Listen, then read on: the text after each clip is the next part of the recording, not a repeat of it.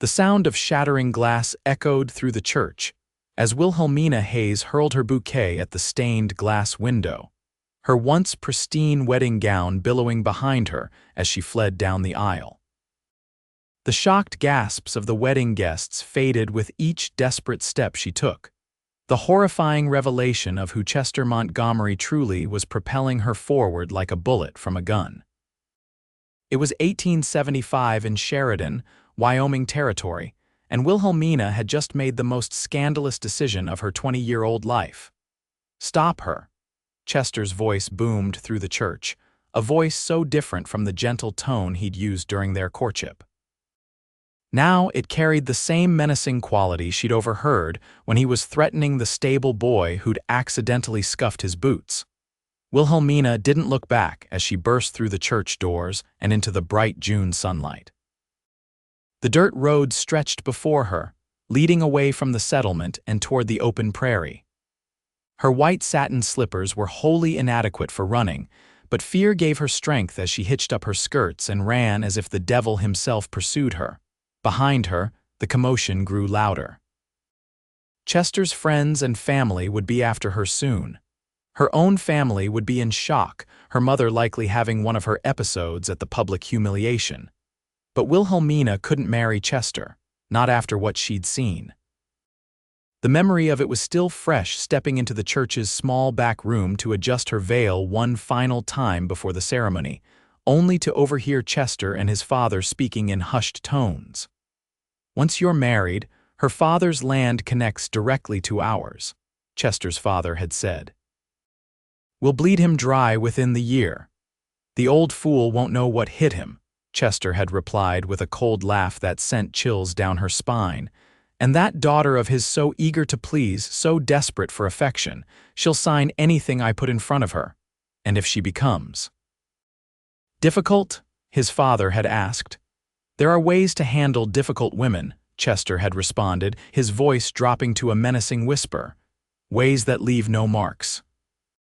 The conversation had continued, revealing plans to ruin her father financially, and their intentions to use her as nothing more than a pawn in their land-grabbing scheme. But it was the casual cruelty in Chester's voice when speaking about her, the contempt barely concealed beneath his words, that had truly terrified her. Now, lungs burning and feet bleeding through her thin slippers, Wilhelmina ran without direction. The elegant updo that had taken her mother's maid an hour to arrange was coming undone, golden strands whipping across her face as she pushed herself forward. The sound of hoofbeats behind her sent a fresh wave of panic through her body. She veered off the road, hoping the tall prairie grass might conceal her, but her white dress stood out starkly against the landscape. The only cover in sight was a small copse of trees near a creek bed about a quarter-mile away. "Wilhelmina," Chester's voice carried across the distance. "Don't be foolish, girl. Come back here this instant." She pushed herself harder, tears blurring her vision. The trees seemed impossibly far. The hoofbeats grew louder. They would catch her before she reached the meager shelter. Just as despair threatened to overwhelm her, another sound cut through the air, hoofbeats approaching from a different direction. A rider on a chestnut stallion came thundering across the prairie, cutting between Wilhelmina and her pursuers. "Get on." The stranger's voice was firm but not unkind as he extended his hand toward her without fully stopping his horse. Wilhelmina hesitated only for a moment before grabbing his outstretched arm. With strength she didn't know she possessed, she swung up behind him, gathering her voluminous skirts as best she could. "Hold tight," he instructed, and she wrapped her arms around his waist just as he spurred the horse forward. The stallion's powerful muscles bunched beneath them as they surged ahead, quickly putting distance between themselves and Chester's party. Wilhelmina risked a glance back to see Chester and two other men pulling their horses to a halt, clearly recognizing the futility of the chase against the superior mount carrying her away. "Where are you taking me?" she shouted over the wind rushing past them. "Somewhere safe," was all he said, keeping his focus on guiding his horse across the uneven terrain. It wasn't until they had ridden for nearly an hour, the town of Sheridan long behind them, that the man finally slowed his horse to a walk. They followed a narrow trail that wound through rolling hills covered with sagebrush and prairie grass until a small cabin came into view, nestled against the backdrop of distant mountains. As they approached, Wilhelmina took the opportunity to study her rescuer. He sat tall in the saddle, his broad shoulders covered by a worn leather vest over a faded blue shirt. A dusty cowboy hat shielded his face, but when he turned slightly to check on her, she caught a glimpse of striking green eyes set in a sun-weathered face. He guided the horse to a stop outside the cabin and dismounted in one fluid motion before turning to help her down. Wilhelmina's legs trembled as her feet touched the ground, her body finally registering the enormity of what she had done. "I'm Ethan Sinclair," the man said, removing his hat to reveal dark hair that curled slightly at the ends. "This is my place." "Wilhelmina Hayes," she replied automatically, then glanced nervously in the direction they had come. I cannot thank you enough for your assistance, Mr. Sinclair." "Most folks just call me Ethan." He studied her for a moment, taking in her torn and dirt-stained wedding dress, her disheveled hair, and the fear that still lingered in her eyes. "Reckon you've had quite a day, Miss Hayes." A hysterical laugh bubbled up from her throat before she could stop it. "You could say that. Come inside," he said, gesturing toward the cabin. "You look like you could use some rest and maybe something to drink." Wilhelmina hesitated, acutely aware of how improper it was for her to enter a strange man's home unchaperoned. But then again, fleeing her own wedding probably already placed her beyond the pale of respectability. "I promise you'll be safe here," Ethan added, as if reading her thoughts. "I just figured you might want to get out of sight for a spell." With a nod, Wilhelmina gathered what remained of her dignity and followed him to the cabin door. The interior was simple but surprisingly neat for a bachelor's dwelling. A stone fireplace dominated one wall, with a wooden table and 2 chairs positioned nearby. A narrow bed with a patchwork quilt stood in one corner, while shelves holding books and various supplies lined another wall. "It ain't much," Ethan said, watching her take in her surroundings. "But it's dry when it rains and warm when it snows." "It's lovely," she replied automatically, good manners ingrained from years of her mother's training. Ethan raised an eyebrow at that but made no comment. Instead, he moved to a small cupboard and retrieved a bottle and 2 tin cups. "Whiskey," he explained. "Figured you might need it." Under normal circumstances, Wilhelmina would have declined. Ladies did not drink whiskey. But these were far from normal circumstances, and her nerves were frayed to the breaking point. She accepted the cup he offered and took a small sip, coughing slightly as the liquor burned its way down her throat. "Not used to the hard stuff, I take it," Ethan observed with a hint of amusement. "No," she admitted, taking another cautious sip. This time she was prepared for the burn, and it settled into a warm glow in her stomach. "Mr. Sinclair, Ethan, I realize I haven't explained." "No need to explain just yet," he interrupted gently. "You were running from a wedding, that much is clear. And whoever was chasing you didn't have your best interests at heart, or I wouldn't have intervened." Relief washed over her at not having to immediately recount the day's events. "Thank you." Ethan nodded, then gestured toward a wooden chest at the foot of his bed. "I might have something you could change into. Can't imagine that dress is comfortable." Wilhelmina looked down at her once beautiful wedding gown, now torn and stained beyond repair. It represented everything she'd been raised to want: a respectable marriage to a wealthy man, security, social standing, all of it built on lies. "Yes," she said softly. "I would like to change if you don't mind." Ethan rummaged through the chest and produced a faded flannel shirt and a pair of trousers. "These are the smallest I've got," he said apologetically. "I'll step outside while you change." Once alone, Wilhelmina struggled with the dozens of tiny buttons down the back of her dress, managing to undo only the top few before giving up in frustration. The symbolism wasn't lost on her, trapped in a garment she couldn't remove without help, just as she'd nearly been trapped in a marriage she couldn't escape without assistance. When Ethan returned, she was sitting on the edge of a chair, still in her wedding dress, looking defeated. "I can't undo the buttons," she admitted, embarrassment heating her cheeks. Ethan cleared his throat, clearly uncomfortable. "I could. Help if you'd allow it, or I could ride to the neighboring ranch and see if Mrs. Patterson might come assist you." The thought of waiting hours longer in the constricting dress was unbearable. "If you could help with just the buttons in the back, I can manage the rest myself behind the privacy screen," she said, gesturing to the folding screen in the corner of the room that presumably concealed a washing area. With a nod, Ethan moved behind her as Wilhelmina gathered her hair over one shoulder. His fingers were surprisingly gentle as they worked the tiny pearl buttons, though she could feel them trembling slightly. The impropriety of the situation wasn't lost on either of them, but necessity overrode convention. "There," he said after a moment, his voice sounding strangely hoarse. "That should be enough for you to manage the rest." "Thank you," she whispered, clutching the front of her dress as she stood and made her way behind the screen with the borrowed clothes. The process of removing the wedding dress felt symbolic, shedding not just a garment but the life that had been planned for her. The corset came next, and as the restrictive garment fell away, Wilhelmina took her first deep breath of the day. She slipped on Ethan's shirt, which hung almost to her knees, and the trousers, which she had to roll up several times at the ankles and secure tightly at the waist with a piece of rope she found hanging on the screen. When she emerged, Ethan was stoking a small fire in the fireplace despite the warmth of the June afternoon. "Thought you might want this," he said, nodding toward the fire. "For the dress." Wilhelmina looked at the crumpled white gown she still held in her arms.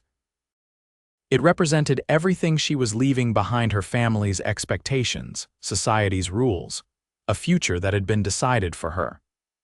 With only a moment's hesitation, she stepped forward and tossed it into the flames.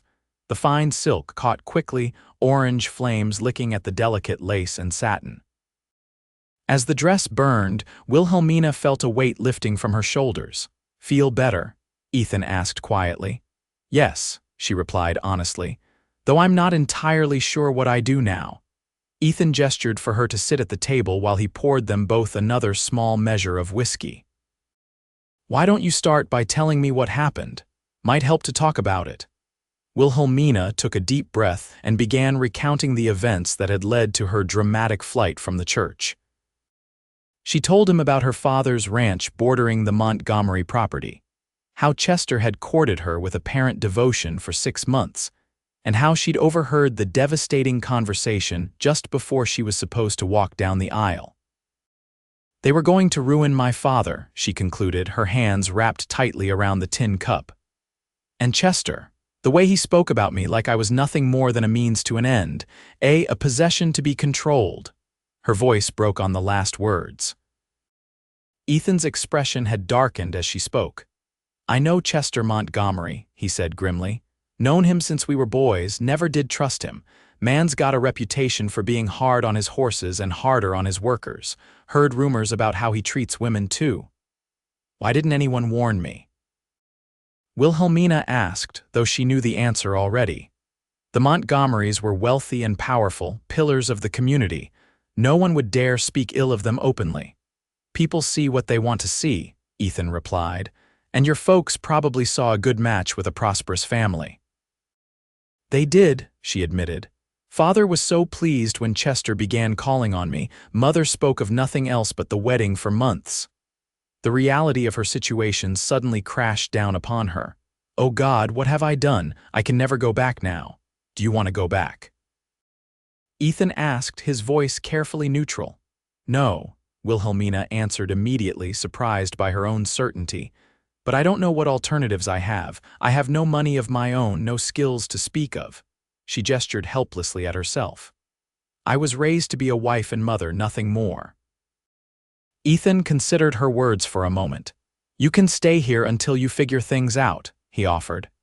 I've got a small herd to tend to, so I'm often out during the days, but the cabin would be yours to use." "That's incredibly generous, but I couldn't possibly impose. It's no imposition," Ethan interrupted. "I've got a bedroll I use when I'm out checking the herd. I can sleep in the barn." Wilhelmina wanted to protest further but found herself lacking the energy. The day's events had left her exhausted, and the prospect of having a safe place to stay, even temporarily, was too tempting to refuse. "Thank you," she said simply. "I won't stay long, just until I can figure out what to do next." As darkness fell, Ethan prepared a simple meal of beans and bacon, apologizing for the plain fare. To Wilhelmina, who had barely touched her breakfast that morning due to pre-wedding nerves, it was delicious. After they ate, Ethan gathered his bedroll and a few personal items. "I'll be in the barn if you need anything," he said, pausing at the door. "Bar this behind me." After he left, Wilhelmina secured the door as instructed and looked around the small cabin that had become her unexpected sanctuary. The events of the day caught up with her all at once, and she sank onto the edge of the bed, tears finally flowing freely. She cried for the life she had left behind, for her parents' disappointment, and for her uncertain future. Yet beneath the fear and grief, there was also relief she had escaped a marriage that would have slowly destroyed her.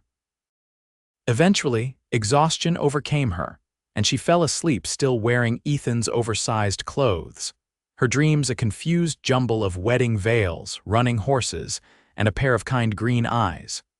Wilhelmina awoke the next morning to the sound of movement outside the cabin. For a moment, she was disoriented, the unfamiliar surroundings causing a spike of panic until the previous day's events came rushing back. She sat up quickly, smoothing her tangled hair and straightening the borrowed clothes as best she could. A knock at the door was followed by Ethan's voice. "Miss Hayes, are you awake?" "Yes," she called back, crossing to unlatch the door. Ethan stood outside with a bucket of fresh milk and a small basket covered with a cloth. "Thought you might be hungry," he said, offering her the items. "Milk's from my cow, Bessie. The eggs are courtesy of Mrs. Patterson's hens. I stopped by their place this morning." "Thank you," Wilhelmina said, accepting the gifts. "That was very thoughtful. Mrs. Patterson also sent some things she thought might fit you better than my clothes," he added, gesturing to a bundle tucked under his arm. "Oh. Please thank her for me." Wilhelmina took the bundle, touched by the kindness of a woman she'd never met. "She'd like to thank you herself," Ethan said with a slight smile. "Invited us both for supper tonight if you're feeling up to it."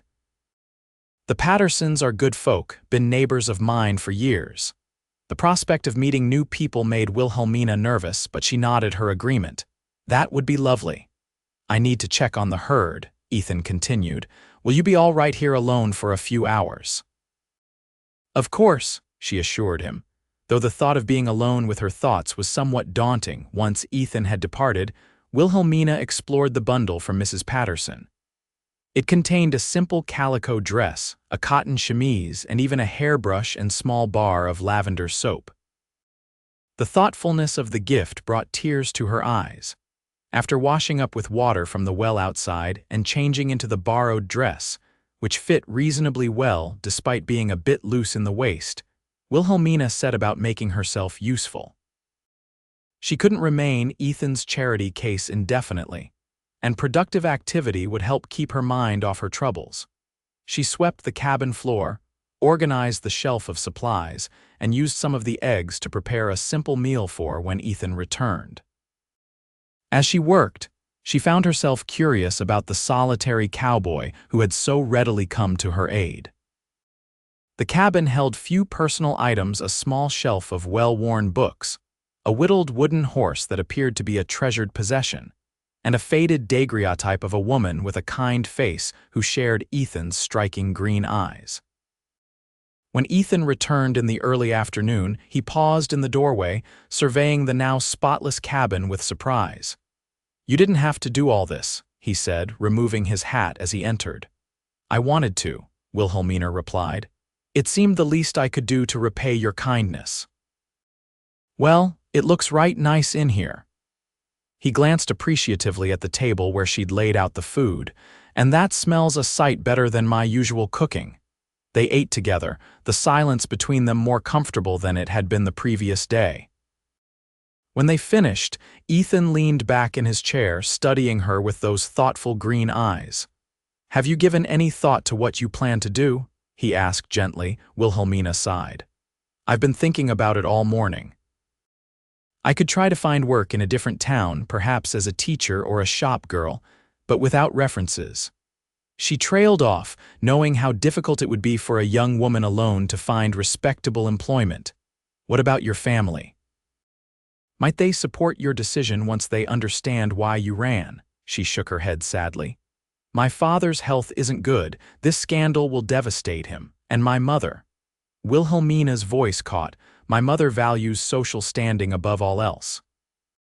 She'll never forgive me for the public humiliation." Ethan frowned. "Seems to me they should be more concerned about what that Montgomery fellow intended for you than about appearances."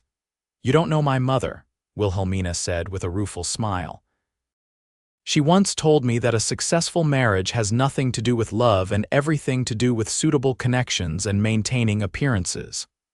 "And what do you think?" Ethan asked, his gaze direct. The question caught her off guard. No one had ever asked for her opinion on marriage before.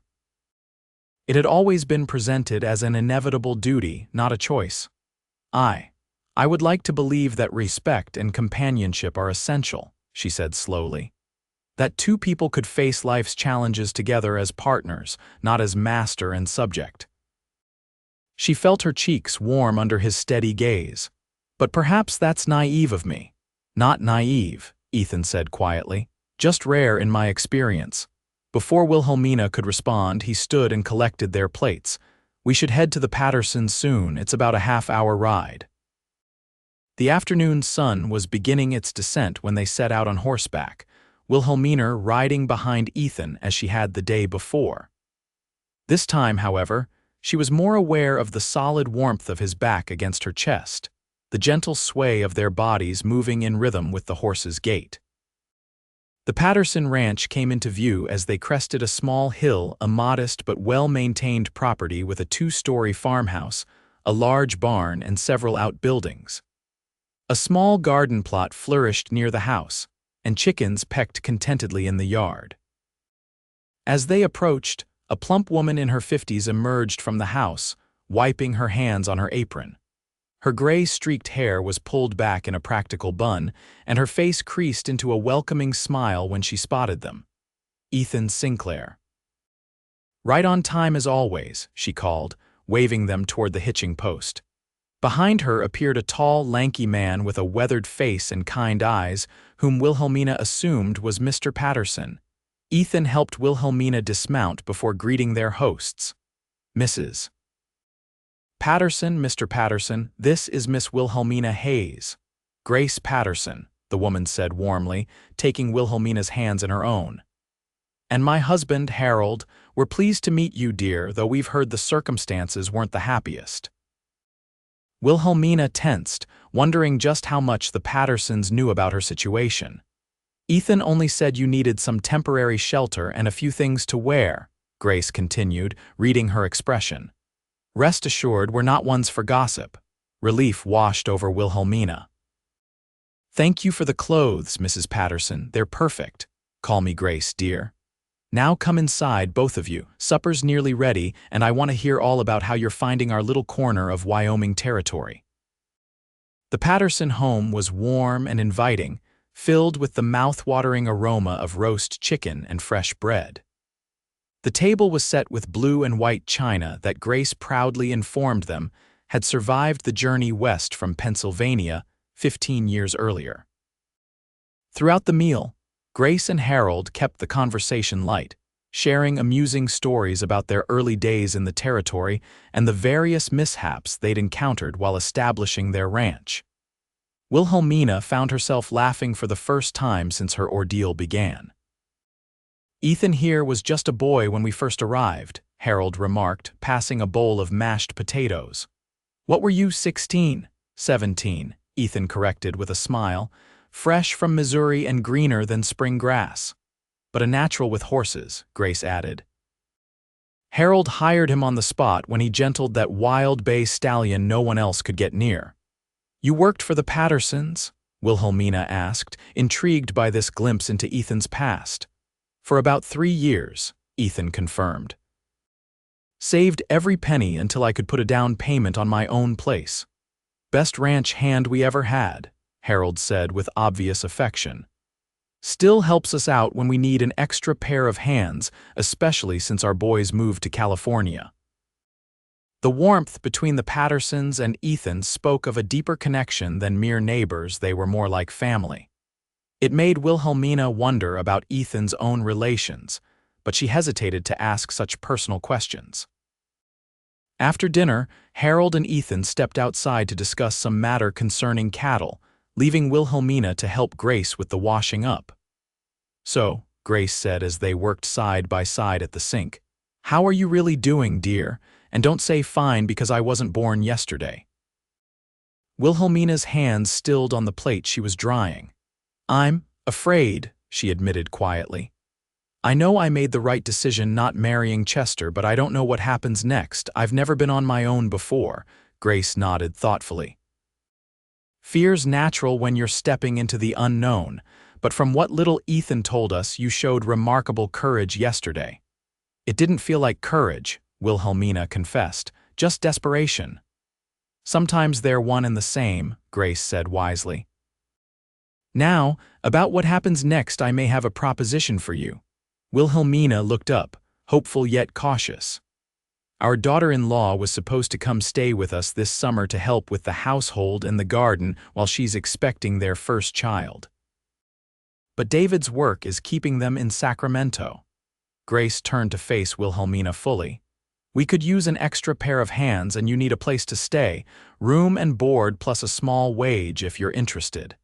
The unexpected offer left Wilhelmina momentarily speechless. I don't know what to say, you hardly know me." "I know enough," Grace said firmly. "Ethan Sinclair doesn't extend his protection to just anyone, and I trust his judgment. Besides," she added with a warm smile, "a young woman brave enough to run from her own wedding rather than make a terrible mistake has a good head on her shoulders, in my opinion." Tears pricked at Wilhelmina's eyes. "Thank you," she whispered. "I would be honored to accept your offer." "Wonderful," Grace exclaimed, giving Wilhelmina's shoulder a gentle squeeze. "You can move in tomorrow if that suits. We've got a nice bedroom on the second floor that gets the morning sun." When Ethan and Harold returned, Grace shared the news of their arrangement. Ethan's expression was unreadable for a moment before he smiled and congratulated Wilhelmina. "The Pattersons will take good care of you," he said, and though his words were supportive, Wilhelmina thought she detected a note of something like disappointment in his voice. As they prepared to leave, Grace pressed a bundle into Wilhelmina's arms. "Some more clothes and a few necessities," she explained. "Come by tomorrow afternoon and we'll get you settled in." The ride back to Ethan's cabin was quieter than the journey out. The moon had risen, casting silver light across the prairie as they traveled. When they arrived, Ethan helped Wilhelmina down from the horse with hands that lingered perhaps a moment longer than necessary. "I'm glad things are working out for you," he said as they walked to the cabin door. "The Pattersons are good people." "They are," she agreed. "I can't believe their kindness to a complete stranger." "Not such a stranger now," Ethan pointed out. "And kindness is something worth believing in out here. The territory doesn't forgive those who can't rely on their neighbors." Inside the cabin, Wilhelmina placed Grace's bundle on the table and turned to face Ethan, suddenly unsure what to say. I want to thank you again for everything you've done." Ethan shook his head. "No need for thanks. Anyone would have done the same." "No," she said firmly. "Not anyone. Most would have looked the other way or worse, returned me to Chester." She stepped closer to him, gathering her courage. "You saved me, Ethan Sinclair. I won't forget that." A flush crept up his neck, visible even in the dim lamplight. "You saved yourself, Miss Hayes. I just provided the horse." The humility in his response touched something deep inside her. In the short time she'd known him, Ethan had shown more genuine character than Chester had in 6 months of courtship. Will I still see you, after I move to the Pattersons? The question slipped out before she could consider how forward it sounded. Ethan's eyes widened slightly, but a small smile curved his lips. I reckon you will. I help Harold with his cattle every few weeks, and there's church on Sundays if you're so inclined. Yes, she said, returning his smile. I'd like that. That night, as Wilhelmina prepared for bed, she realized that for the first time since fleeing her wedding, she was looking forward to tomorrow rather than dreading it. The next several weeks passed in a blur of new experiences for Wilhelmina. Life at the Patterson Ranch fell into a comfortable rhythm, rising early to help Grace with breakfast, tending the vegetable garden during the cool morning hours, assisting with household chores, and learning to make cheese and butter from the milk of their 3 dairy cows. Grace proved to be a patient teacher with a wealth of practical knowledge about frontier living. Under her guidance, Wilhelmina's soft hands grew calloused but capable as she mastered tasks she'd never imagined doing, canning preserves, making soap, even helping to deliver a calf when one of Harold's cows went into labor unexpectedly. You're a natural, Willa, Grace remarked one afternoon as they kneaded bread dough side by side. The nickname had emerged naturally during her 2nd week with the Pattersons, and Wilhelmina found she liked the simplicity of it. Hardly, Willa laughed, blowing a strand of hair from her forehead. You should have seen the disaster I made of those preserves last week. One batch of burnt peach jam doesn't define you, Grace said firmly. What matters is that you tried again the next day and got it right. That's the difference between surviving out here and giving up. The wisdom in Grace's words extended beyond jam making, and Willa took them to heart. Each new skill she mastered built her confidence a little more, helping to heal the wounds left by Chester's betrayal and her family's silence. For despite sending a letter to her parents explaining her actions and current situation, she had received no reply. True to his word, Ethan visited the Patterson Ranch regularly. Each time he arrived, Willa found herself smoothing her hair and checking her appearance, a habit that didn't go unnoticed by Grace, who watched with knowing eyes but made no comment. For his part, Ethan always seemed to find reasons to linger after finishing whatever work had brought him to the Pattersons. Sometimes he'd stay for supper, his gaze often finding Willa's across the table as he shared news from town or stories about his cattle. One warm July evening, as Willa sat on the porch shelling peas while Grace finished cleaning up after dinner, Ethan stepped out of the house and settled into the chair beside her. Harold mentioned you've been helping with the bookkeeping, he said, reaching over to take a handful of pea pods from her basket. Willa nodded. Grace has been teaching me. It's not so different from the household accounts my mother had me keep, though the entries are certainly more interesting than listing tea and calling cards. Ethan chuckled, his fingers working deftly to shell the peas. You've taken to ranch life well. Not many city-raised young ladies would adapt so quickly. I wasn't precisely city-raised, she corrected him. Father's ranch is just outside Sheridan, but Mother was determined I should be a proper lady, so I learned very little about the practical aspects of running the place. She sighed softly. I wish I'd paid more attention now. It's never too late to learn, Ethan observed. You're proving that every day. His words warmed her more than they should have. What about you? She asked, eager to shift the focus from herself. Harold mentioned you came west on your own as a young man. That must have taken considerable courage. A shadow crossed Ethan's face. Not courage so much as necessity. My father died when I was 16, and my mother remarried a man who made it clear he had no use for another man's son. By 17, I figured I'd rather take my chances out west than stay where I wasn't wanted. I'm sorry, Willa said softly, understanding better now why the Pattersons' obvious affection for him meant so much. Ethan shrugged, but his expression softened. Worked out for the best. Found my way here, met good people, built something that's mine. He nodded toward the distant mountains, where his own small ranch lay. No regrets. They worked in companionable silence for a while, the only sounds the soft popping of pea pods and the evening chorus of crickets. When the task was complete, Ethan helped Willa carry the bowls of shelled peas inside. "I should be heading back," he said, retrieving his hat from the peg by the door. "Cattle need checking at first light." "Of course," Willa replied, trying to hide her disappointment that the evening was ending. "Thank you for your help with the peas." Ethan hesitated at the door, seeming to debate something internally before asking, "The town's socials this Saturday. I was wondering if you might consider attending. With me." The invitation caught Willa by surprise, a pleasant flutter stirring in her chest. "I'd like that very much." A smile spread across Ethan's face, transforming his usually serious expression. "I'll come by around noon then. Noon would be perfect." After he left, Willa turned to find Grace watching her from the kitchen doorway, a knowing smile on her face. "Don't say it," Willa warned good-naturedly. "I wasn't going to say a thing," Grace replied innocently, "though I will note that we'll need to press your blue dress before Saturday." Saturday dawned clear and warm, the kind of perfect summer day that seemed designed for a town social. Willa spent extra time on her appearance, allowing Grace to arrange her golden hair in a style that was both practical and flattering. "There," Grace said, securing the final pin. "Simple but lovely, just like you." Willa studied her reflection in the small mirror, barely recognizing herself.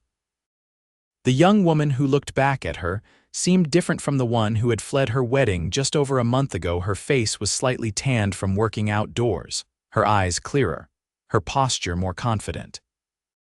The blue calico dress, while modest compared to the fine gowns she'd worn in her previous life, suited this new version of herself. Grace had helped her take it in at the waist and add some subtle embroidery to the collar and cuffs, transforming the borrowed garment into something that felt like her own. "You don't think it's too soon for me to be attending social gatherings?" Willa asked nervously. "What if someone from Sheridan recognizes me?" "Sheridan's 30 miles away," Grace reminded her. "And even if someone does recognize you, you've done nothing wrong. Hold your head high, Willa. You made a difficult choice to protect yourself and your family, even if they don't yet appreciate it." When Ethan arrived promptly at noon, his reaction to Willa's appearance was worth all the morning's preparations.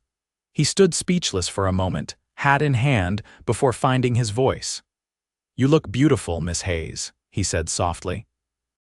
"Thank you, Mr. Sinclair," she replied with equal formality, though her smile belied the stiffness of their exchange. Grace shooed them toward Ethan's wagon with cheerful efficiency, pressing a basket of her famous apple tarts into Willa's hands for the social's potluck table. The drive to town was filled with easy conversation as Ethan pointed out landmarks and shared stories about the area. Willa found herself laughing often, the nervousness she'd felt earlier gradually dissipating in the warmth of his company. Eagle Bend was smaller than Sheridan, but possessed the same frontier charm, a main street lined with wooden buildings, a church with a modest steeple, and a town square where preparations for the social were well underway. Bunting decorated the bandstand. Tables were arranged beneath shady trees, and children darted about in excitement. As Ethan helped Willa down from the wagon, she became acutely aware of curious glances from the townspeople. Ethan must have noticed her tension, for he placed a reassuring hand at the small of her back. "Folks are just curious about the Pattersons' new helper," he murmured. "Small towns thrive on novelty. And on gossip," she added under her breath. "That too," he admitted with a wry smile. "But you're with me, and that counts for something in Eagle Bend." The simple statement, delivered with quiet confidence, eased her concerns. As Ethan guided her through the crowd, making introductions, Willa discovered that his standing in the community was indeed considerable. People greeted him with genuine respect, and by extension they welcomed her warmly. The afternoon unfolded in a pleasant blur of music, food, and conversation. Willa found herself drawn into a circle of young women near her age who peppered her with friendly questions about her background, tactfully avoiding any mention of her abrupt appearance in their community. "How are you finding life with the Pattersons?" asked Sarah Miller, the blacksmith's daughter, as they sampled treats from the dessert table. "Wonderful," Willa replied honestly. "They've been incredibly kind and patient with me as I learn the ropes of ranch life."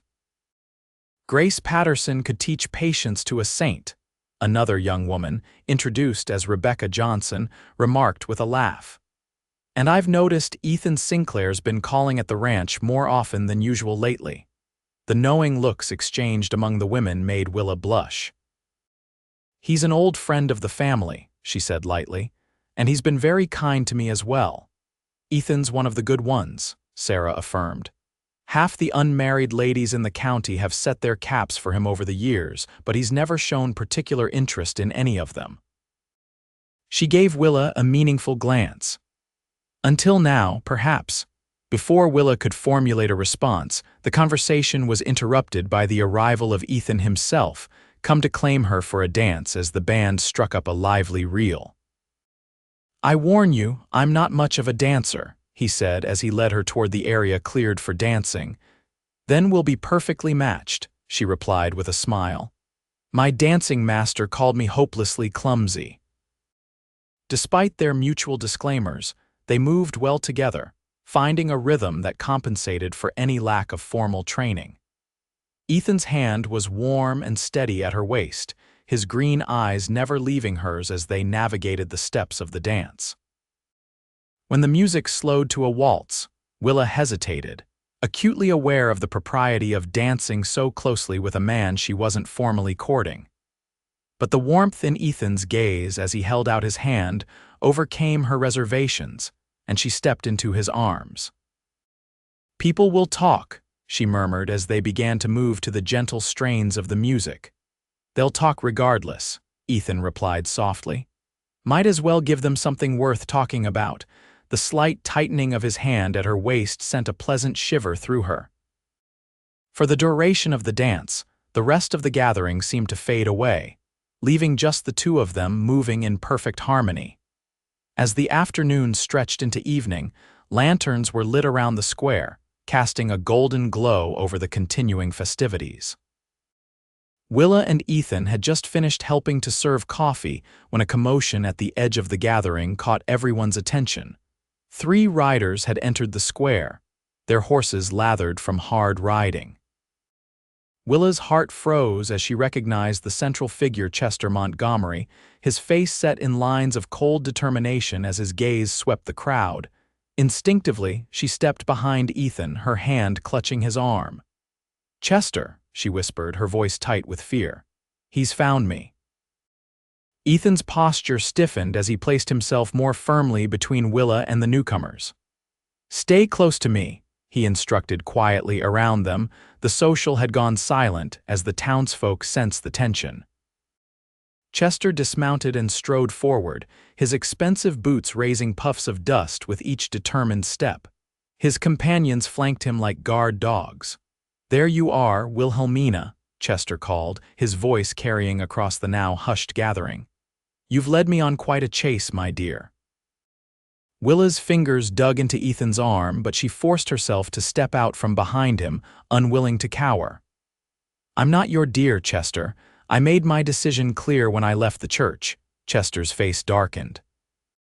"A moment of hysteria that has caused considerable embarrassment to both our families. It's time to end this nonsense and return home." "The lady isn't going anywhere with you, Montgomery," Ethan said, his voice level but carrying an unmistakable edge of steel. Chester's gaze shifted to Ethan, his expression contemptuous. "This doesn't concern you, Sinclair. This is between me and my fiancé." "Ex-fiancé," Willa corrected firmly, drawing strength from Ethan's solid presence beside her. "Our engagement ended the moment I discovered your true intentions toward my family." A murmur rippled through the crowd. Chester's eyes narrowed as he registered the spectators. "This is hardly the venue for a private discussion, Wilhelmina. Come with me now, and we can sort this out civilly." "There's nothing to sort out," she replied. "Please leave, Chester. Go back to Sheridan." Chester took a step forward, his facade of civility slipping. "I'm not leaving without you. Your father has agreed to our marriage with or without your cooperation. The papers are drawn up." Shock rippled through Willa. "What are you talking about? Your father signed over control of his property and you to me 3 days ago," Chester said with a cold smile, "in exchange for settling his considerable debts. Debts that, I might add, have only grown since your little escapade."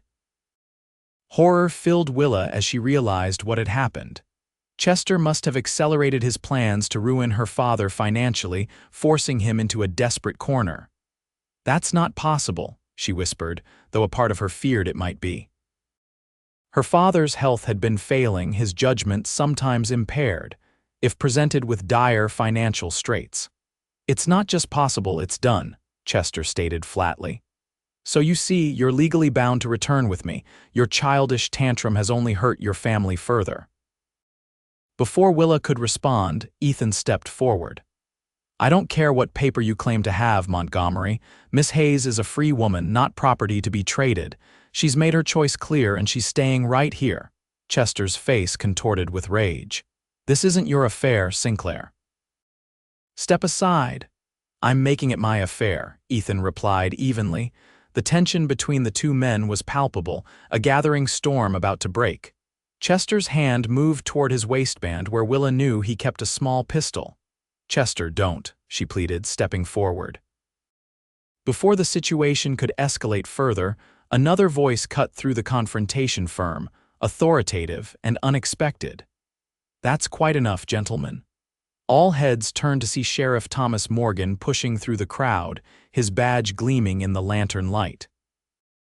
Behind him stood Harold Patterson, who must have gone to fetch the lawman when the trouble started. "What seems to be the problem here?"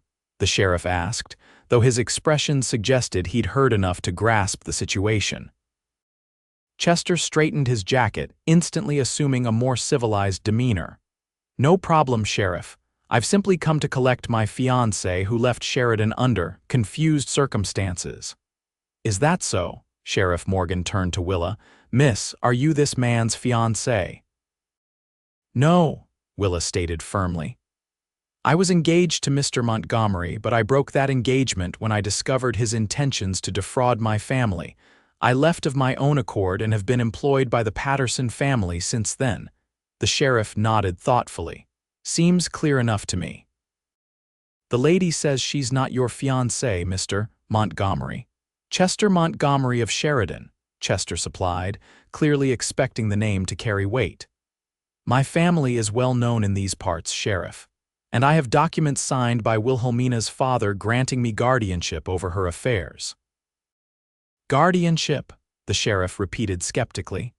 "Over a grown woman. Her father is concerned for her mental state," Chester explained smoothly. "She ran from her own wedding in a state of hysteria. The document is quite legal, I assure you." Sheriff Morgan's weathered face remained impassive. "Well now, that's an interesting claim, but even if such a document exists, which I'd need to verify with a judge, it wouldn't be enforceable here in Eagle Bend without proper legal proceedings." Chester's confidence faltered slightly. "This is absurd. I've come a long way to resolve this matter." "And I appreciate that," the sheriff replied, his tone suggesting otherwise. "But the fact remains, if the lady doesn't wish to go with you, she doesn't have to not in my jurisdiction anyway." The standoff continued for a tense moment before the sheriff added, "Now, I suggest you and your friends enjoy our town's hospitality at the hotel tonight, and in the morning you can decide whether to return to Sheridan or pursue this matter through proper legal channels. But there'll be no forcing of anyone to go anywhere this evening." Chester's face darkened with barely suppressed rage, but he was shrewd enough to recognize when to retreat strategically. "Very well, Sheriff, we'll stay the night, but this matter is far from resolved." As Chester and his companions stalked off toward the hotel, Willa's legs nearly gave out beneath her. Ethan's arm came around her waist, steadying her. "It's all right," he murmured. "He can't touch you here." The sheriff approached them, his expression softening as he took in Willa's pale face. Miss Hayes, is it? Don't you worry about that fellow. He might have influence in Sheridan, but it doesn't extend to Eagle Bend. Thank you, Sheriff, she managed. But if what he says about my father signing over guardianship is true. Even if it is, the sheriff said firmly, such documents require proper court proceedings to enforce across county lines. And between you and me, no judge I know would uphold a guardianship claim over a clearly competent adult woman just because she chose not to marry someone. Harold stepped forward then. We should get Willa home, Ethan. Grace will be worried when she hears about this. Ethan nodded, his arm still protectively around Willa's waist. We'll leave right away. As they made their way to Ethan's wagon, the social resumed around them, though subdued conversations and concerned glances followed their progress. Ethan helped Willa up onto the seat and climbed up beside her, while Harold mounted his own horse to ride alongside them. Once they were clear of town, Willa finally gave in to the tears she'd been holding back. I can't believe my father would do such a thing, she sobbed. Sign me away like property? Ethan's hand found hers, his grip warm and reassuring. We don't know that he did. Chester Montgomery isn't exactly a trustworthy source. But what if it's true? What if he's ruined my father financially, forced him into this agreement? Then we'll fight it, Ethan said with quiet determination. The sheriff was right, no reasonable judge would enforce such an arrangement. And if necessary, I know a good lawyer in Cheyenne who could help. His use of we wasn't lost on Willa, and it provided more comfort than he could know. She wasn't alone in this fight. When they arrived back at the Patterson Ranch, Grace was waiting anxiously on the porch, having been alerted by a neighbor who'd left the social early. She enveloped Willa in a motherly embrace before ushering everyone inside for strong coffee and an account of the confrontation. The nerve of that man, Grace exclaimed when they'd finished explaining. To think he could just ride in and claim a woman like she was a stray horse. Unfortunately, such attitudes aren't uncommon, Harold observed grimly. Especially among men like Montgomery who believe their wealth entitles them to whatever or whoever they want. What should I do? Willa asked, looking from one concerned face to another. I can't let Chester ruin my family, but I won't go back to him. I can't. You won't have to, Ethan assured her. First thing tomorrow, I'll ride to Sheridan myself to find out what's really happening with your father. If Montgomery has forced him into some kind of agreement, there might be legal ways to challenge it. I can't ask you to do that, Willa protested. Chester knows you now. It could be dangerous. All the more reason I should go instead of you, Ethan countered. Besides, I've dealt with men like Montgomery before. They're all bluster until someone stands up to them. Ethan's right, Harold agreed. And while he's in Sheridan, you'll stay here with us. Sheriff Morgan will keep an eye on Montgomery if he lingers in Eagle Bend. The plan was sound, but Willa couldn't shake her anxiety. What if my father really did sign those papers willingly? What if he believes I should marry Chester regardless of my feelings? Grace took Willa's hands in her own. Then you'll face that reality when it comes. But remember this, dear, you're not the same young woman who ran from that church. You're stronger now, more capable. Whatever happens, you'll find your way through it. Later that night, unable to sleep, Willa slipped downstairs and out onto the porch. The night was clear, a canopy of stars stretching across the vast Wyoming sky. She was so lost in thought that she didn't hear the door open behind her. Couldn't sleep either? Ethan's voice was soft in the darkness. Willa turned to find him standing in the doorway, his tall frame silhouetted against the faint light from inside. Too many thoughts, she admitted. He moved to join her at the porch railing, his presence a comfort in the quiet night. For several minutes they stood in companionable silence, gazing up at the stars. I'm sorry about today, Ethan finally said. The social was supposed to be enjoyable, not that. It's hardly your fault Chester found me, Willa replied. Still, I promised you a pleasant afternoon, and instead you had to face your worst fear. Willa turned to look at him, his features barely visible in the starlight. It wasn't all bad, she said softly. I enjoyed our dance very much. Even in the darkness, she could sense his smile. As did I. Another silence fell between them, charged with unspoken feelings. Willa gathered her courage to ask the question that had been nagging at her since the confrontation with Chester. "Why are you helping me, Ethan? You've known me barely a month, yet you're willing to ride into what could be a dangerous situation on my behalf. Why?" Ethan was quiet for so long that Willa wondered if he would answer at all. When he finally spoke, his voice was low and sincere. "When I first saw you running across that prairie in your wedding dress, something in me just knew that you were someone worth helping, worth protecting." He turned to face her fully. "And every day since then has only confirmed that feeling. You're remarkable, Wilhelmina Hayes. Your courage, your determination, the way you've embraced this new life without complaint." His words sent a wave of warmth through her despite the cool night air. "I'm not remarkable," she protested softly. "I was just desperate." "You sell yourself short," Ethan countered. "Many women would have given in, returned to the security of a wealthy husband despite his true nature. You chose the harder path, the braver path." Before Willa could respond, Ethan's hand found hers on the railing, his fingers intertwining with hers.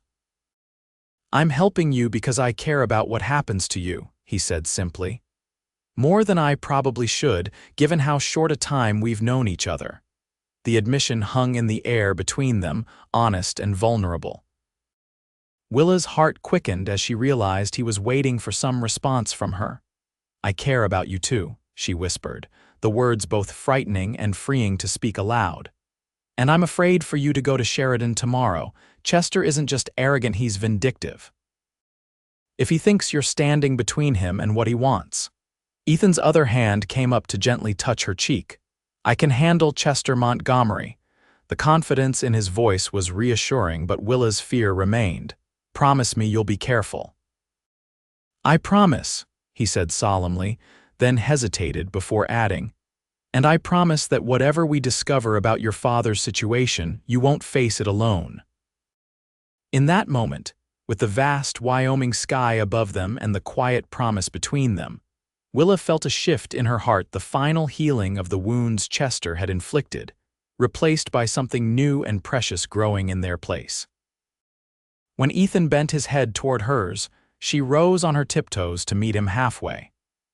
Their kiss was gentle at first, tentative, but quickly deepened into something that made Willa's knees weak and her heart race. Ethan's arms encircled her waist, drawing her closer, and she wound her arms around his neck, giving herself over to the sweetness of the moment. When they finally broke apart, both slightly breathless, Ethan rested his forehead against hers.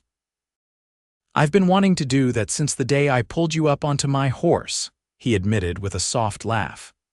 "I'm glad you finally did," Willa replied, her voice barely above a whisper. They might have stayed that way longer, wrapped in each other's arms under the starlit sky, had the sound of a door opening inside the house not reminded them of where they were. "I should let you get some rest," Ethan said reluctantly, stepping back though he kept hold of her hand. "Tomorrow will bring its own challenges." "Yes," Willa agreed, though she was loath to end this perfect moment. "Good night, Ethan." "Good night, Willa," he replied, bringing her hand to his lips for a final kiss before releasing it. As she made her way back upstairs to her room, Willa's fears about the coming day remained. But alongside them bloomed a new hope, one centered on the steadfast cowboy, who had somehow become the most important person in her new life. Dawn broke clear and cool the following morning. Willa came downstairs to find Ethan already at the kitchen table, discussing plans with Harold while Grace prepared breakfast. He rose when Willa entered, their eyes meeting in silent acknowledgement of the previous night's moment. "Ethan will leave for Sheridan after breakfast," Harold informed her. "He should be back by tomorrow evening at the latest," Willa nodded, trying to conceal her anxiety. "Have you heard if Chester and his men left Eagle Bend yet?" "They were still at the hotel when Tom Peterson came by earlier," Harold replied. "Sheriff Morgan is keeping an eye on them." The news was both reassuring and concerning. Reassuring that Chester wasn't currently following Ethan to Sheridan, but concerning that he remained so close. After breakfast, Willa walked with Ethan to the barn where his horse was saddled and ready. Away from the Pattersons' watchful eyes, Ethan pulled her into a quick embrace. "Remember what I promised," he said softly. "No matter what I discover, we'll face it together." "Be careful," she urged, standing on tiptoe to press a swift kiss to his lips. With a final reassuring smile, Ethan mounted his horse and set off toward Sheridan. Willa watched until he was just a speck on the horizon before returning to the house, where Grace was waiting with a list of chores long enough to keep her mind occupied throughout the day. By mid-afternoon, Willa was in the kitchen helping Grace prepare preserves when the sound of approaching horses drew them to the window. 3 riders were coming up the lane. Chester and his companions. "Harold," Grace called sharply, wiping her hands on her apron. "We have visitors." Harold appeared from the back of the house, his expression grim as he observed the approaching riders. "Grace, take Willa upstairs and stay there." "No," Willa said firmly. "I won't hide. This is my fight." After a moment of consideration, Harold nodded. "Very well. But let me do the talking first." The 3 of them moved to the porch, presenting a united front as Chester and his men dismounted. Chester's face was set in lines of cold determination, his manner far less conciliatory than it had been in town. "Mr. Patterson," he called, not bothering with pleasantries. "I've come for Miss Hayes." "Miss Hayes isn't going anywhere she doesn't want to go," Harold replied evenly. "As I believe Sheriff Morgan made clear yesterday," Chester's smile didn't reach his eyes. "The sheriff's jurisdiction doesn't extend to private property, Mr. Patterson, and I have legal papers that supersede any arrangements you might have with Miss Hayes." He withdrew a folded document from his jacket and held it up. "This guardianship agreement, signed by Jonathan Hayes, grants me full authority over his daughter's person and affairs. I'm within my rights to take her with me, by force if necessary." Willa stepped forward. "My father would never willingly sign such a document unless you coerced him somehow." "Your father was all too willing once I explained how your impulsive behavior had damaged the family's reputation and financial standing," Chester replied with cool satisfaction. "The terms were quite clear. Either he signed the agreement, or I would call in the loans that would bankrupt him within a week." The callous admission confirmed Willa's worst fears, but rather than intimidating her, it fueled her anger. "And you expect me to marry a man who would blackmail my family? Who would treat me as property to be controlled? I expect you to honor your father's wishes and your family obligations," Chester snapped, his facade of civility slipping. "Now enough of this nonsense. Gather your things. We're leaving." "She's not going anywhere with you, Montgomery," Harold stated, moving to stand more firmly between Chester and Willa. Chester's eyes narrowed as his hands gestured to his companions. "I had hoped to resolve this peacefully, but you leave me no choice." His 2 men stepped forward, hands moving toward their weapons. "Miss Hayes will be coming with us. How difficult that process is depends entirely on you." The threat hung in the air, tense and dangerous. Harold didn't move from his protective position, though he was clearly outmatched against 3 armed men.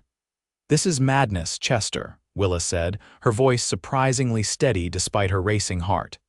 "Even if you force me to return to Sheridan, I will never marry you. Never. Your cooperation isn't required for a wedding, merely your presence," Chester replied coldly. "And once we're married, you'll find I have ways to ensure obedience." The naked threat in his words chilled Willa to the bone, but before she could respond, another sound cut through the tension. Hoofbeats approaching rapidly from the direction of the main road. All heads turned to see Sheriff Morgan riding toward the house, accompanied by 2 deputies. Behind them came another familiar figure that made Willa's heart leap. Ethan, returning far sooner than expected. Chester cursed under his breath, clearly not having anticipated this development. His men looked to him nervously as the newcomers drew closer. Sheriff Morgan reined in his horse a few yards from the standoff, his experienced eyes quickly assessing the situation. "Causing trouble again, Mr. Montgomery. Didn't I make myself clear yesterday?" "This is a private matter, Sheriff," Chester replied stiffly. "I have legal documentation, which I'd be interested to see," the sheriff interrupted, dismounting with deliberate calm. "Particularly since I've just had a most interesting conversation with Judge Wilson about guardianship laws in Wyoming Territory." While the sheriff engaged Chester, Ethan made his way to Willa's side, his presence an immediate comfort. "Are you all right?" he asked softly. She nodded, relief flooding through her. "What are you doing back so soon? Did you reach Sheridan?" "No need," Ethan replied with a small smile. "I met your father on the road about 15 miles out." "My father," Willa gasped. "He's here?" As if in answer to her question, another rider appeared on the horizon, moving slowly but steadily toward the ranch. Even at a distance, Willa recognized the upright posture and distinctive gray hair of Jonathan Hayes. Chester saw him too, his expression darkening further as he realized his plan was unraveling. "This changes nothing," he insisted, though with less conviction. "The agreement is legally binding." "Perhaps we should let Mr. Hayes speak for himself," Sheriff Morgan suggested mildly. The minutes it took for Jonathan Hayes to reach the ranch seemed interminable. When he finally arrived, Willa was shocked by his appearance. Her father had always been robust and vital despite his age, but the man who slowly dismounted now seemed to have aged years in the month since she'd last seen him. His face was drawn, his movements stiff with more than just the fatigue of travel. "Father," Willa said, stepping forward uncertainly. Jonathan Hayes's eyes found his daughter, relief washing over his weary features.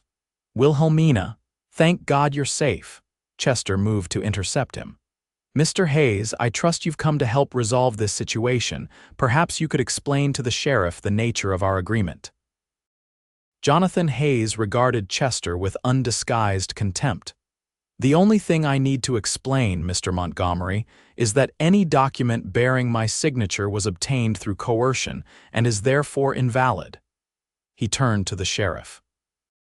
"As I've already sworn in a statement to Judge Wilson this morning." The declaration hung in the air for a moment before Chester's composure finally shattered. "You can't do this," he snarled. "Our arrangement was clear." "Your debts have been settled through more honorable means," Jonathan cut him off. From his coat, he withdrew a folded paper of his own. "This is a receipt showing payment in full of all outstanding loans previously held by Montgomery banking interests. My ranch and my family are free of your influence, Chester." Willa looked at Ethan in confusion. He gave her hand a reassuring squeeze but said nothing, his attention focused on the confrontation playing out before them. Chester's face had gone pale with fury. "Impossible. You couldn't have raised that kind of money." "Not alone, no," Jonathan agreed. "But it seems my daughter has made some influential friends during her time away, friends who were more than willing to help when they learned of your tactics." Willa's gaze darted between her father and Ethan, sudden understanding dawning. Before she could speak, Sheriff Morgan stepped forward. "I believe that concludes your business here, Mr. Montgomery. The guardianship claim is invalid, and it appears Mr. Hayes's financial obligations to you have been settled. Unless you have other legitimate business, I suggest you and your men depart immediately." Chester stood rigid with thwarted rage, his eyes burning with hatred as they fixed on Willa. "This isn't over," he said, his voice low and threatening. "No one makes a fool of me." "You've managed that quite effectively on your own," Ethan observed quietly. For a moment, it seemed Chester might lunge at Ethan, but the presence of the sheriff and his deputies apparently provided sufficient deterrent. With a final venomous glare, Chester returned to his horse, his men following suit. "I'll be watching you all the way to the county line, Mr. Montgomery," Sheriff Morgan called as the three men mounted up. "I suggest you ride straight through without stopping." Only after Chester and his men had disappeared down the road, the sheriff and one deputy following at a distance, did the tension finally break. Willa rushed to her father, embracing him tightly. I thought I'd never see you again, she whispered, tears threatening. Jonathan Hayes returned the embrace with equal fervor. I'm so sorry, Wilhelmina. I should have listened to you about Chester's character, should have trusted your judgment. It's all right, she assured him, pulling back to search his face. But how are you here? How did you know where to find me? Her father smiled wearily. Perhaps we could continue this conversation inside. It's been a long journey. Grace, who had observed the entire confrontation from the porch, immediately took charge. Of course, come in, all of you. I'll put on coffee, and there's fresh bread just out of the oven. Once they were settled around the Pattersons' kitchen table, Jonathan Hayes explained what had transpired after Willa fled her wedding. Chester was furious, of course. He turned that fury on me, calling in loans I'd taken from his father's bank to expand the ranch. The older man shook his head regretfully. I'd been foolish, overextending myself based on promised returns that hadn't yet materialized. Within days, I was facing financial ruin. That's when he proposed the guardianship agreement, Willa surmised. Jonathan nodded, shame evident in his expression. He offered to suspend the loan payments if I would sign papers granting him authority over your affairs, ostensibly to protect you from your own hysteria after running from the wedding. His hands clenched into fists on the table. I refused initially, but when he threatened to have the ranch seized immediately, leaving your mother and me destitute. You felt you had no choice, Willa finished for him, reaching out to cover his hand with her own.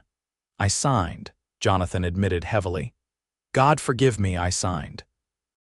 But I never intended to let him enforce it.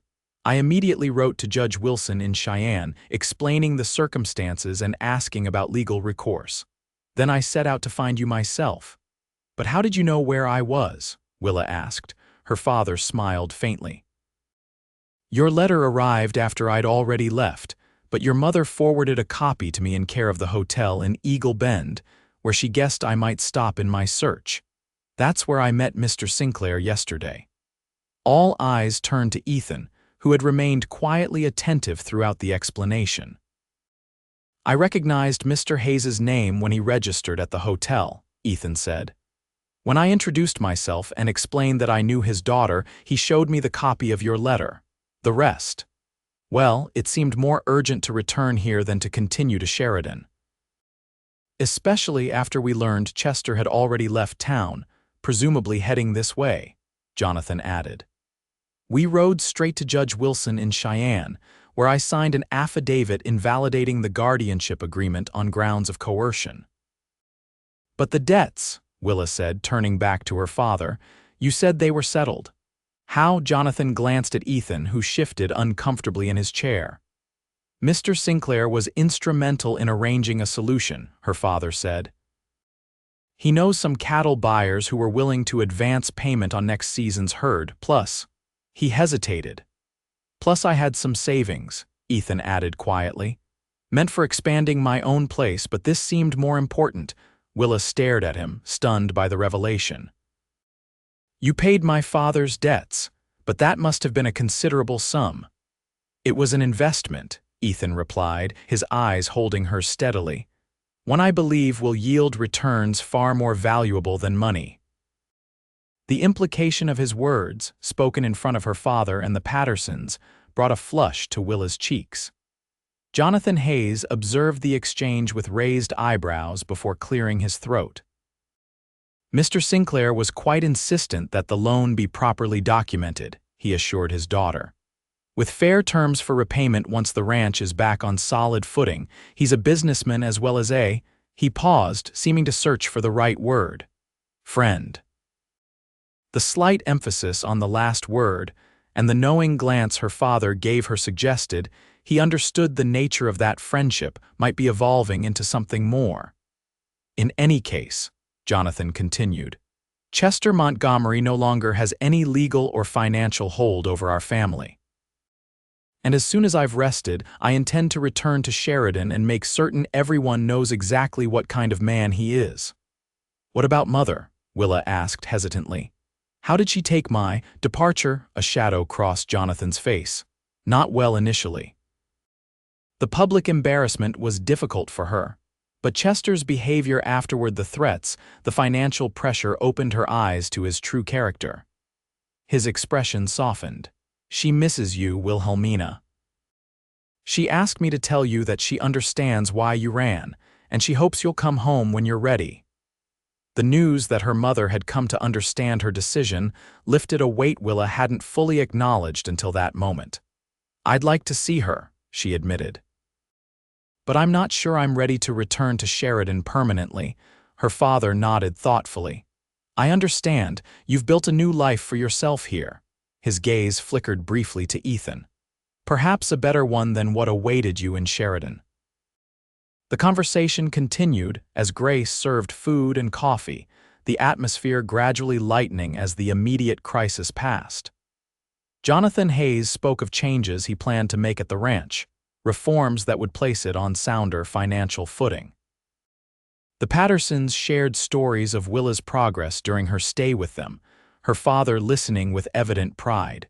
Throughout the discussion, Willa was acutely aware of Ethan's presence beside her, of the momentous thing he had done on her behalf without even being asked. When there was finally a lull in the conversation, she excused herself to step outside for some air, not surprised when Ethan followed a few moments later. They stood side by side on the porch, watching the sun begin its descent toward the distant mountains. "You mortgaged your future for my father," Willa said quietly, breaking the silence. "Why would you do that?" Ethan turned to face her, his expression serious. "Because your father's future is connected to yours and yours." He paused, seeming to gather his courage. "Yours is one I hope might be connected to mine in time." The simple declaration made Willa's heart skip. "You've known me barely a month," she reminded him, though there was no true objection in her words. "Some things don't need much time to be certain," Ethan replied. "The moment I saw you running across that prairie in your wedding dress, something in me recognized you not just as someone who needed help, but as someone who mattered. Who would always matter." He took her hands in his touch gentle yet sure. "I'm not asking for promises, Willa, not yet. You've only just regained your freedom, and you deserve time to decide what you want your life to be. All I'm asking is that you might consider including me in that future, whatever shape it takes." Willa looked up at this man who had rescued her not once but twice, first from Chester's pursuit, and then from the financial trap that had ensnared her father. But more than that, he had seen her true self from the beginning, had valued her courage and respected her choices when others would have deemed them foolish or hysterical. "I don't need time to know that I want you in my future, Ethan Sinclair," she said softly. "Whatever shape it takes." The smile that spread across his face was like the sunrise, full of promise and warmth. When he bent to kiss her, Willa met him without hesitation, her heart finally at peace. From inside the house came the sound of a throat being cleared. They turned to find Jonathan Hayes standing in the doorway, his expression a mixture of amusement and fatherly concern. "I see my suspicions were correct," he observed dryly. Ethan straightened, keeping one of Willa's hands firmly in his. "Mr. Hayes, I care deeply for your daughter.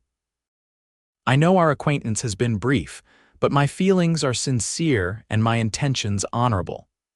Jonathan studied them for a long moment before a slow smile spread across his face. "Mr. Sinclair, you have already demonstrated your character more convincingly than most men do in a lifetime. If my daughter has chosen to place her trust in you, I can hardly object." Relief washed over both of them at his words. Jonathan stepped fully onto the porch, coming to stand before them. "However," he added, his tone becoming more serious, "I would ask that you proceed with appropriate caution. Wilhelmina has only just escaped one hasty engagement. I would prefer that she have time to be certain of her own mind before entering another." "That's exactly what I was saying, sir," Ethan assured him. "I've told Willa I'm not asking for promises yet, just the chance to court her properly." Jonathan nodded approvingly. "Good, very good." He turned his attention to his daughter. "And you, my dear, are you sure this is what you want?" Willa smiled, feeling more certain of her answer than she had about anything in a very long time. "Yes, father, I'm sure." "Well then," Jonathan said with a decisive nod, "I believe congratulations are in order on the beginning of a courtship, that is." He extended his hand to Ethan, who shook it firmly. As the three of them returned inside to share the news with the Pattersons, Willa felt a profound sense of rightness settle over her. The path that had begun with her desperate flight from the church had led her not to ruin, as she might have feared, but to something far more precious, a chance at true happiness with a man whose love was freely given, not a cage but a shelter where she could grow into her best self. The following months unfolded like the pages of a much happier story than Willa could have imagined that June day when she fled her wedding. True to his word, Ethan courted her with patience and respect, their relationship deepening naturally through shared experiences rather than hasty promises. After a brief visit to Sheridan to reconcile with her mother, who proved far more understanding than Willa had anticipated, she returned to Eagle Bend to continue working for the Pattersons while Ethan focused on expanding his ranch. They saw each other several times a week, sometimes for practical matters like helping with cattle or preserving the autumn harvest, but often simply to enjoy each other's company. By Christmas, their courtship had progressed to the point that no one in Eagle Bend was surprised when Ethan proposed during the town's holiday celebration, presenting Willa with a simple but elegant ring that had belonged to his mother.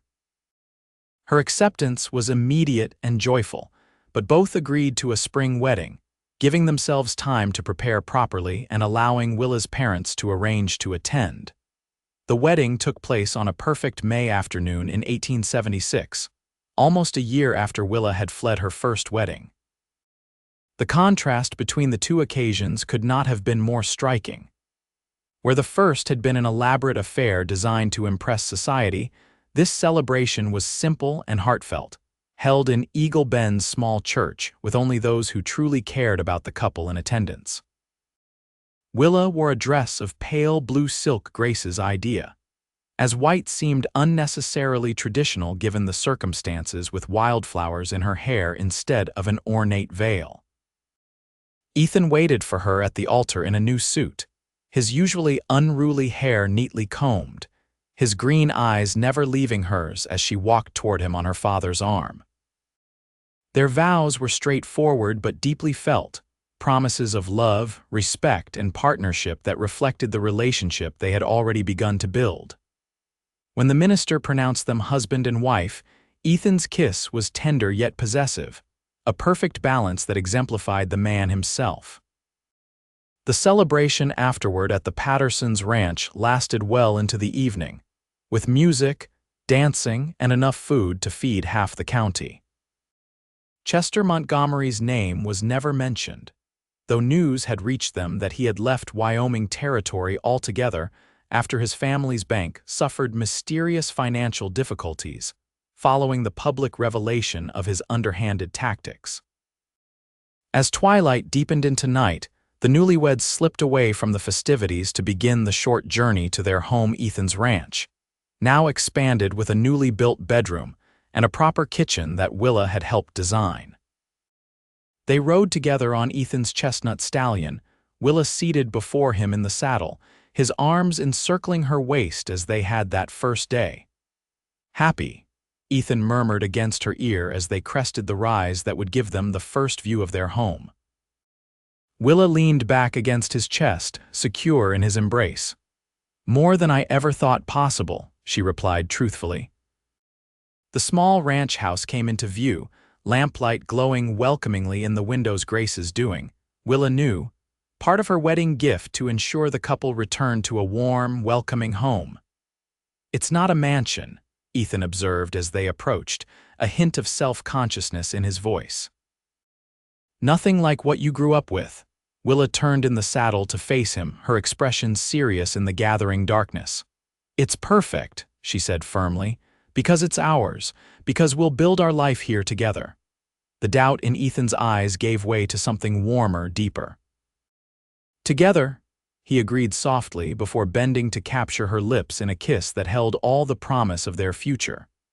When they reached the house, Ethan insisted on carrying her across the threshold despite her laughing protests about tradition. Inside, everything was exactly as they had prepared it together over the preceding week's simple but comfortable furnishings. Bookshelves filled with volumes from both their collections. A quilt made by Grace spread across their new bed. That night, as husband and wife, they discovered each other in ways both tender and passionate. Their union, a natural extension of the trust and love that had grown between them over the past year. In Ethan's arms, Willa found a freedom she had never known before, the freedom to be fully herself, desired and cherished for exactly who she was. In the years that followed, their partnership flourished along with their ranch. Ethan's skill with horses and Willa's head for business proved a formidable combination. They expanded their herd, added more acreage, and eventually built a larger home to accommodate their growing family. First, a son, James Harold, born just 10 months after their wedding, and 2 years later, a daughter they named Elizabeth Grace. Jonathan Hayes made good on his promise to repay Ethan's loan, but insisted on turning those funds into a trust for his grandchildren rather than taking them back.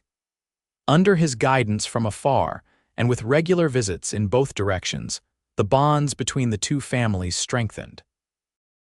Even Willa's mother, initially skeptical of her daughter's choice to marry a simple rancher, was won over by Ethan's quiet dignity and evident devotion to Willa. On the 5th anniversary of their wedding, as they sat on the porch of their home watching their children play in the yard, Ethan took Willa's hand in his. "Do you ever regret it?" he asked, his voice holding a rare note of vulnerability. "Leaving the life you were meant to have for this?" He gestured around them at their modest but thriving ranch. Willa looked at her husband, still handsome, perhaps even more so as maturity had added character to his features. His green eyes as kind and steady as they had been the day he reached down from his horse to rescue a desperate bride. "This was always the life I was meant to have," she said with absolute conviction. "I just didn't know it until I ran from that church and found my way to you." Ethan's smile was all the answer she needed as he drew her into his arms, their lips meeting in a kiss as sweet and promising as their first had been.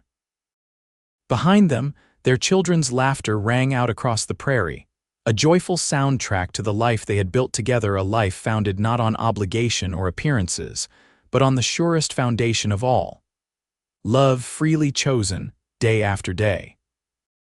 And as the Wyoming sun began its descent behind the distant mountains, painting the sky in shades of gold and pink, Willa Sinclair offered a silent prayer of gratitude for the courage that had led her to flee one wedding and the blessing that had led her to this one. For the moment, she had seen Chester Montgomery's true nature, and for the cowboy who had given her shelter, in every sense of the word.